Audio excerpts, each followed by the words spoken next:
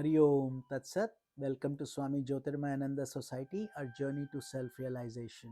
Please subscribe for the mystical meanings and to enjoy daily satsang. We are currently exploring the book Advice to Students, authored by Swami Jyotirmayananda Maharaj, narrated by myself, Swami Nikhilananda. We are currently studying the virtues and vices, and we are currently working on the virtues of all these virtues that help us to purify our inner self. So today we will start with vidya or knowledge. Knowledge is of two types, aparavidya and paravidya. All the academic knowledge that allows you to carry on your practical affairs in the world of time and space, the knowledge of geography, history, language, science, mathematics, arts, etc., is called apara or lower knowledge. The academic knowledge that you acquire from schools and colleges is only a means to an end. There is a much greater knowledge to be acquired as you live your life: how to handle frustration, how to handle an unexpected adversity, how to steer your life through the turmoils of the world, how to attain your goals in spite of obstacles. That type of knowledge is spiritual knowledge which you acquire through satsang or good association, by listening to advanced people and reflecting upon their teachings. It is this spiritual knowledge which eventually blossoms into the highest knowledge, which is referred to as Paravidya. Paravidya is intuitional knowledge of the self, the knowledge that grants you liberation, that knowledge by which all else is known. Liberation is the goal of our life. That is called mukti by the yogis, nirvana by the Buddhists, and the kingdom of heaven by the Christians. The knowledge that leads you to that stage, which makes you internally free of all defects of mind and leads you to internal communication with God, is called Paravidya. One must possess both types of knowledge. The lower types of knowledge that you gain is a means to the development of spiritual knowledge. Whatever you have learnt in schools and universities and whatever talents you have cultivated must enable you to serve humanity and to advance in a spiritual way towards intuitional knowledge. Satya or truthfulness. Always understand that the truth wins. No one can hide the truth. Even if it is only whispered, that whisper one day will gain tremendous force. Falsehood, even if it is shouted and broadcast through all the TVs all over the world, will dwindle. So, let's enjoy the parable of the Chinese king's secret. There was once a Chinese king who had a secret. He had a strange looking horn on his head and he didn't want it to be seen by anyone. So he went to his barber, who in those old days also did some surgical work, and asked him to remove it. After the operation was successfully completed, the king made the barber pledge that he would never tell anyone about the horn that he had removed.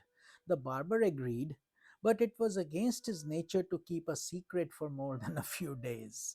Unable to bear it any longer, he went out into the forest, dug a hole, put his mouth into the hole, and said, "The king had a horn on his head," and then he covered it up and went away. Soon the grass began to grow over the hole, and then the field was full of grass swaying in the wind. As the wind blew, a sound came from the grass. The king of China had a horn on his head, and everyone came to know about the strange secret. Similarly, you cannot hide anything in this world. Nature has a way of bringing everything out. Many families hide their secrets in a closet without realizing that sometimes the closet opens up. In this mysterious world, God knows everything. Therefore, you must develop great sincerity within yourself. Satya is more the practice of internal sincerity than of speaking factually. Be sincere to yourself, and automatically your dealings with others will become more sincere. Truth is to be practiced in various levels: in your thinking, in your speech, in your actions. Learning to speak the truth is not as simple as it may seem. For example, suppose somebody has a personality defect and the name and in the name of truth you point it out in such a way that people laugh at that person, that the result will be animosity and anger. Or suppose there is a flea on your classmate's nose, or there is some mud on his chin. If you say it in an abrupt way, now look at your dirty face, the boy will become embarrassed. It would be better to let him know in a way that does not hurt his feelings. There is a saying in Sanskrit, Satyam vada, Priyam vada, na vada Satyam apriyam, meaning speak the truth, but not to hurt others' feelings. The truth that you speak should be priyam or pleasing to others. You should plan your words carefully so that others are glad to hear the truth and are not hurt by it. If by speaking the truth you are hurting others, then you are not speaking the truth. If your intention is to hurt others, that is violence disguised in the form of truth. Truth is practiced for the purpose of realizing God, not for fulfilling the demands of ego. More important than merely speaking the truth is practicing the truth through your actions. Internally, look within yourself and see whether you are practicing what you believe, what you say. There must be harmony between your thoughts, words, and actions. Think truly, speak truly, act truly. A person who expresses the truth on all levels becomes a dynamic personality. He is a blossoming flower in the tree of society. Mahatma Gandhi practiced truth, non-violence, and brahmacharya, sexual restraint. These are the greatest qualities. Do not cheat yourself.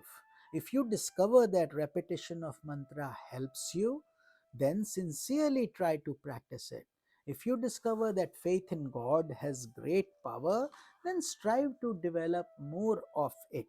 When you simply talk about things that you know to be important without practicing them, that is lack of truth. Sincerity is the secret of all success and prosperity. If you are sincere and people come to know of this, they will be drawn to you like iron filings are drawn to a magnet. Sincere people exert great influence on society. Insincere people may make a great splash for a while, but they cannot succeed in the long run. The world has been fashioned in such a way that truth eventually triumphs. Satyamev jayate nanritam. Truth alone triumphs, not falsehood.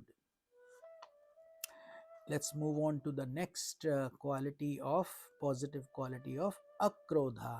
Krodha normally means anger, and akrodha is absence of anger or absence of agitation. Once there was a judge who had the habit of always becoming angry. One day he realized that his anger had become a great problem, and he told his servants, "Whenever I become angry, bring a mirror and put it in front of my face." The servants replied, "Well, if I put the mirror before you, I will become the target of your anger." The judge said, "No, I give you my word."